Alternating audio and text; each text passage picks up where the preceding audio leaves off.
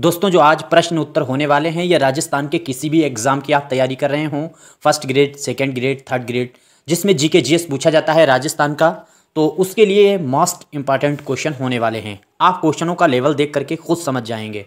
और ये एग्ज़ाम आपके सामने देखो असिस्टेंट प्रोफेसर का होने वाला है और बाकी एग्ज़ाम आगे लगे हुए हैं। सबसे पहला प्रश्न आपके सामने है, सीधे प्रश्न पे बात करते हैं और ज़्यादा मैं फालतू की बात करना पसंद नहीं करता। तो पहला आपका सामने प्रश्न जो है वो बाजरा अनुसंधान केंद्र कहाँ स्थित है। सीधे सीधे वन लाइनर क्वेश्चन है, तो आपका आंसर सही होगा बाड़मेर। बाड़मेर में बाजरा अनुसंधान केंद्र स्थित है और इसकी स्थापना भी आपको याद रखना है 27 सितंबर 2023 को हुई है। इसके बाद में आपको याद रखना है गुड़ामलानी भी आपको याद रखना है, ये गुड़ामलानी में इसकी स्थापना हुई है। अगला प्रश्न है राष्ट्रीय उष्ण अनुसंधान केंद्र कहाँ स्थित है। तो ये कहाँ स्थित है उम्मीद करता हूँ सभी को मालूम होगा और ये आपका जो आंसर सही होगा इसमें वो आंसर सही होने जोहड़बीड़ बीकानेर, और इसकी स्थापना भी आपको याद रखना है 20 सितंबर 1995 को हुई है। अनुसंधान केंद्र दे करके और स्थान को मैच कराने को आपके से पूछा जाएगा।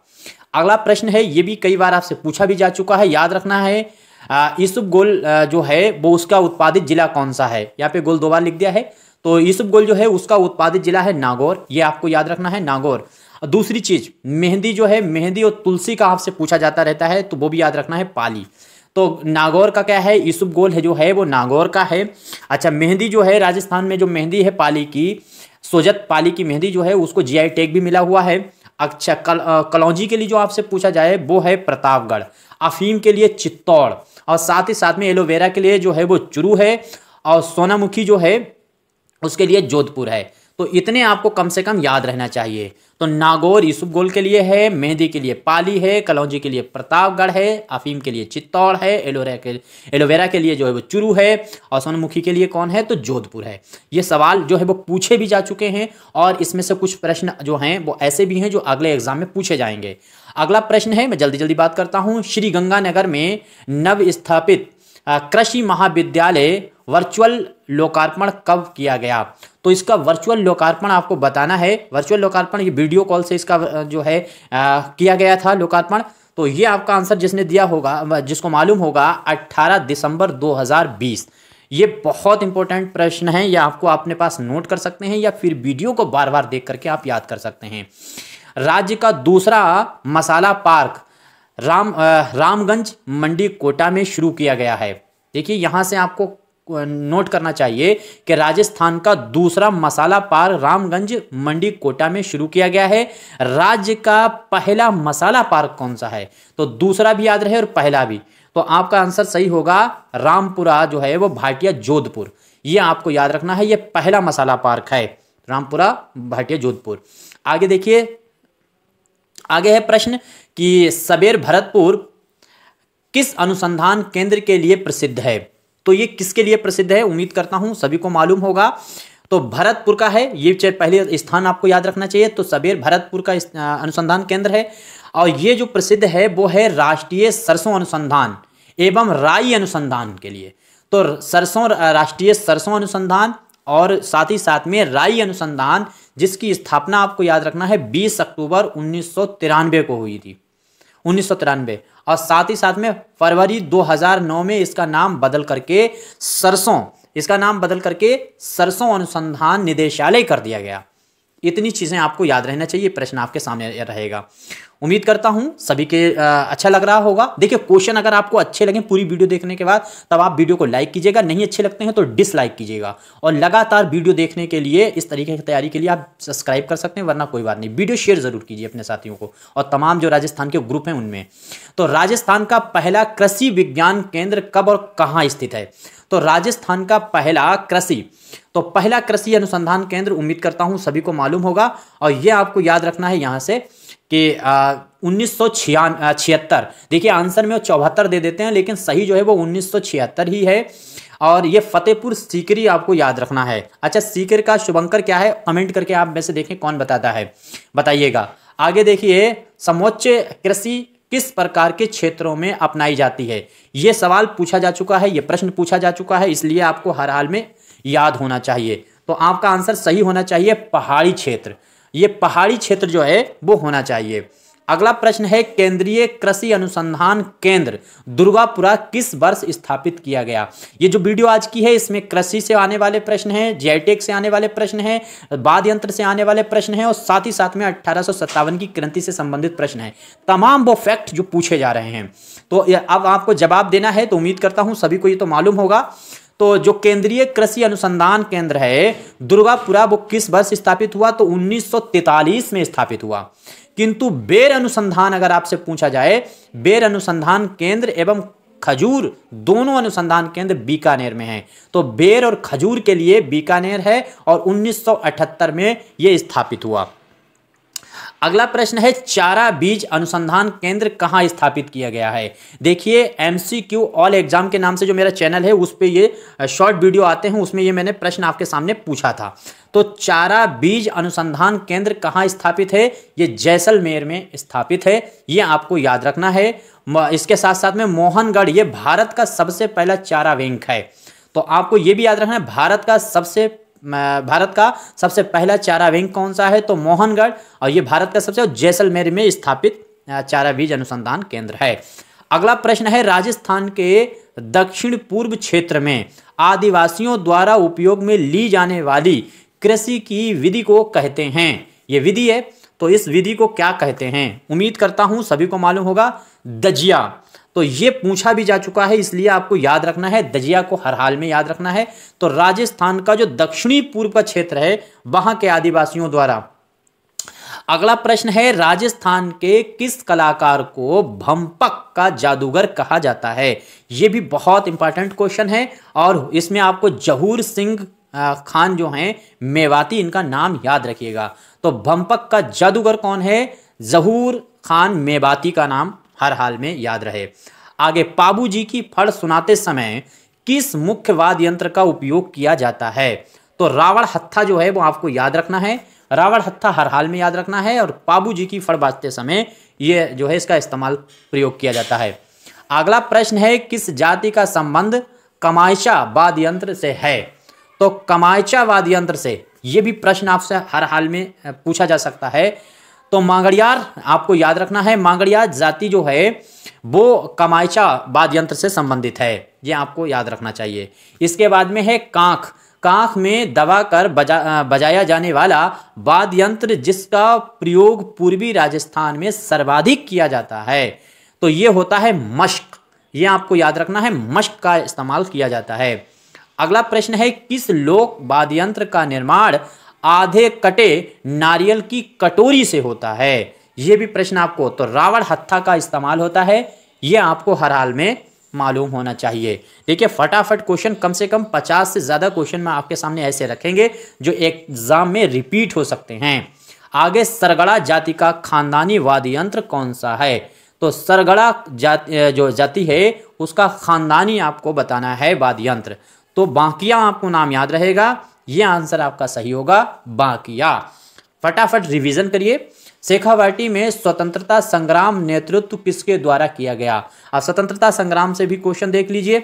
तो शेखावाटी जो क्षेत्र है उसका नेतृत्व करने का काम ठाकुर डूंगर सिंह और जवाहर सिंह शेखावात जो हैं उनके द्वारा किया गया। तो डूंगर सिंह जवाहर सिंह शेखावाटी के स्वतंत्रता सेनानी हैं जिन्होंने 1857 की क्रांति में नेतृत्व किया। ये प्रश्न आपसे पूछा जा चुका है।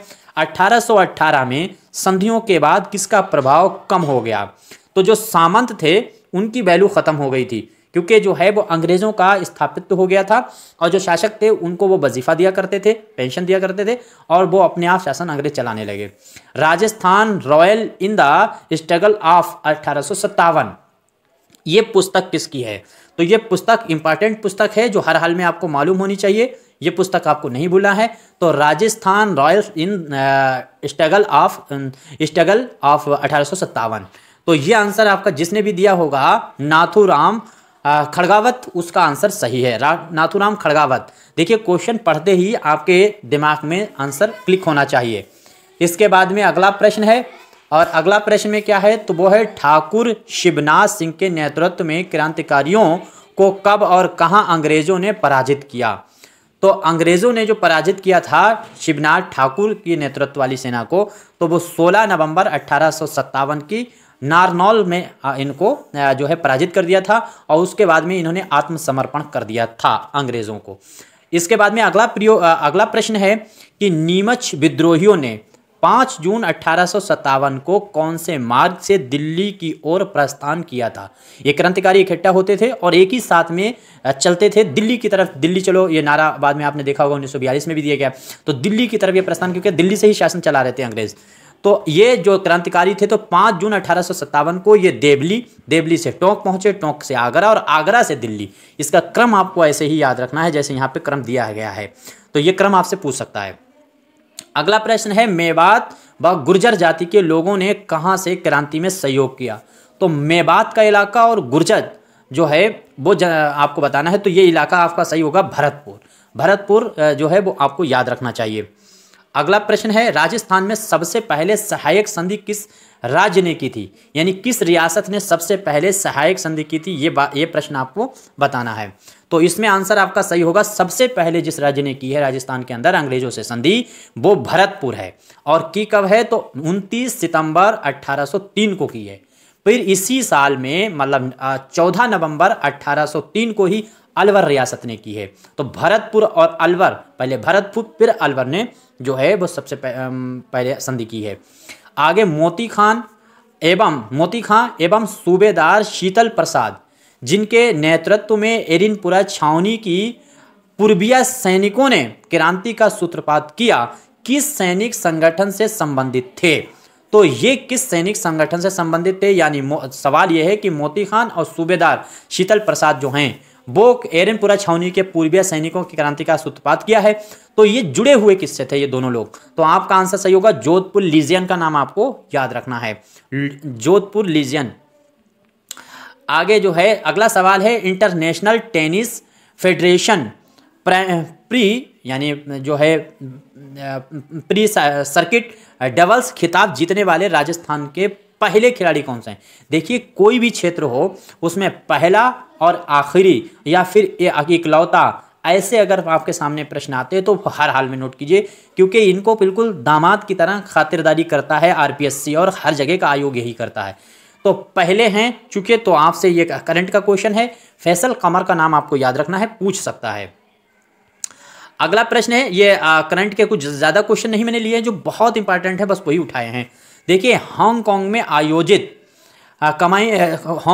आयोजित कायाकिंग और कैनाइंग के नेतृत्व में कैनाइंग के भारत का प्रतिनिधित्व, यहाँ पे प्रश्न गलत लिख दिया है, ये क्या हटना चाहिए।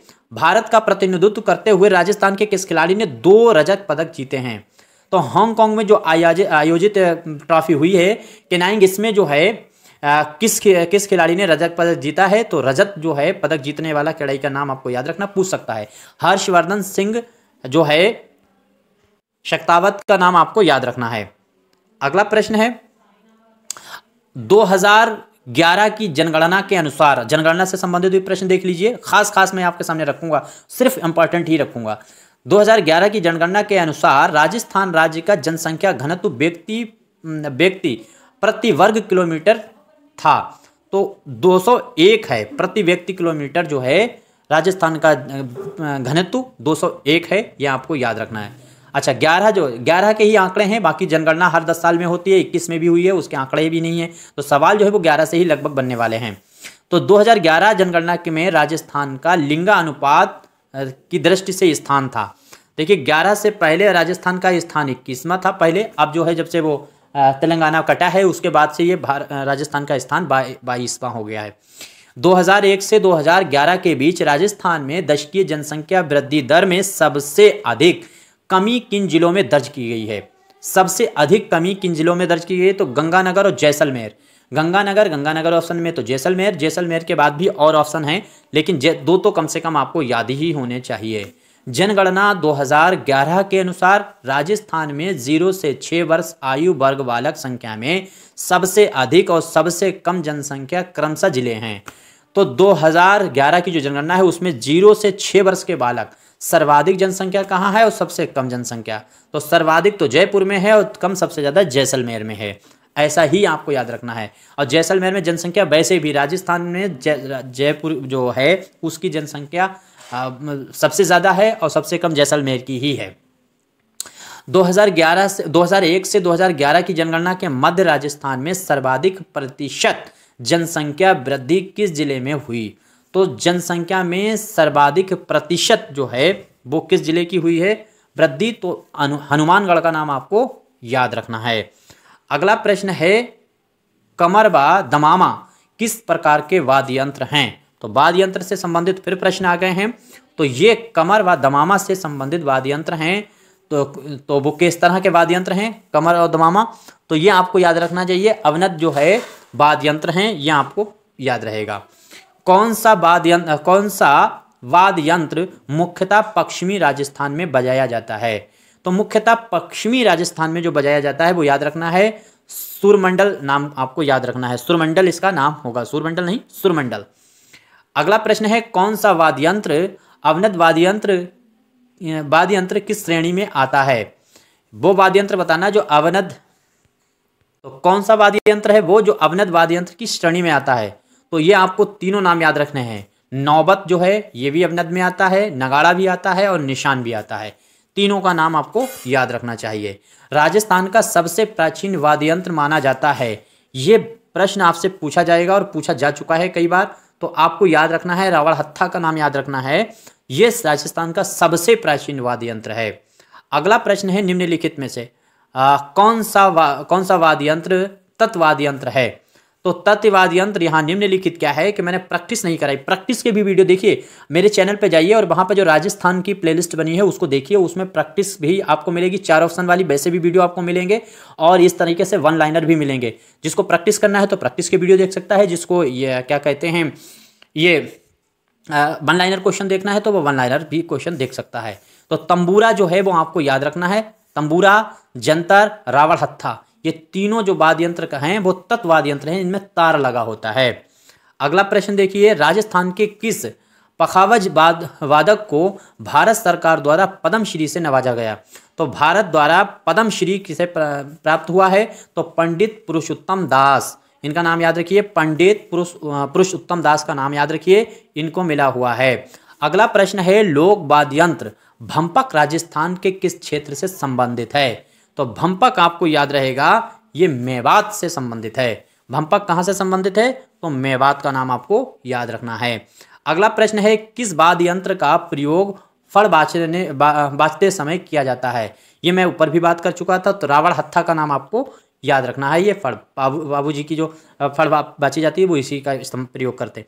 आगे देखिए, किस वाद्य यंत्र को रणभेरी कहा जाता है? तो रणभेरी आपने देखा भी होगा इसका प्रयोग करते हुए गांव के अंदर। तो रणभेरी आपको याद रखना चाहिए कि भूगल, ये आपको याद रखना है। भूगल जो है वो ऐसा वाद्य यंत्र है जो रणभेरी में इस्तेमाल करा जाता है और यह मेवात के भाइयों का वाद्य यंत्र है जो गांव में खेल शुरू होने से पहले जनता को एकत्रित करने के लिए बजाया जाता है बांसुरी की तरह। तो उम्मीद करता हूं सभी का सुशील वाद्य यंत्र है ये, और ये जो है वो जब युद्ध होता था तो उससे पहले भी बजाया जाता था, बाद में शंख बजाया जाने लगा। आगे है चरी नृत्य और गवरी नृत्य, ये दोनों नृत्य आपको याद रखना है, पूछे जा चुके हैं। तो चरी नृत्य और गवरी नृत्य में प्रयोग किया जाने वाला वाद्य यंत्र कौन सा है? तो थाली, इसका इस्तेमाल किया जाता है। थाली आपको याद रहेगा। अगला प्रश्न है कि राजस्थान राज्य में भू क्षेत्र की लंबाई की दृष्टि से नदियां का सही आरोही क्रम क्या है?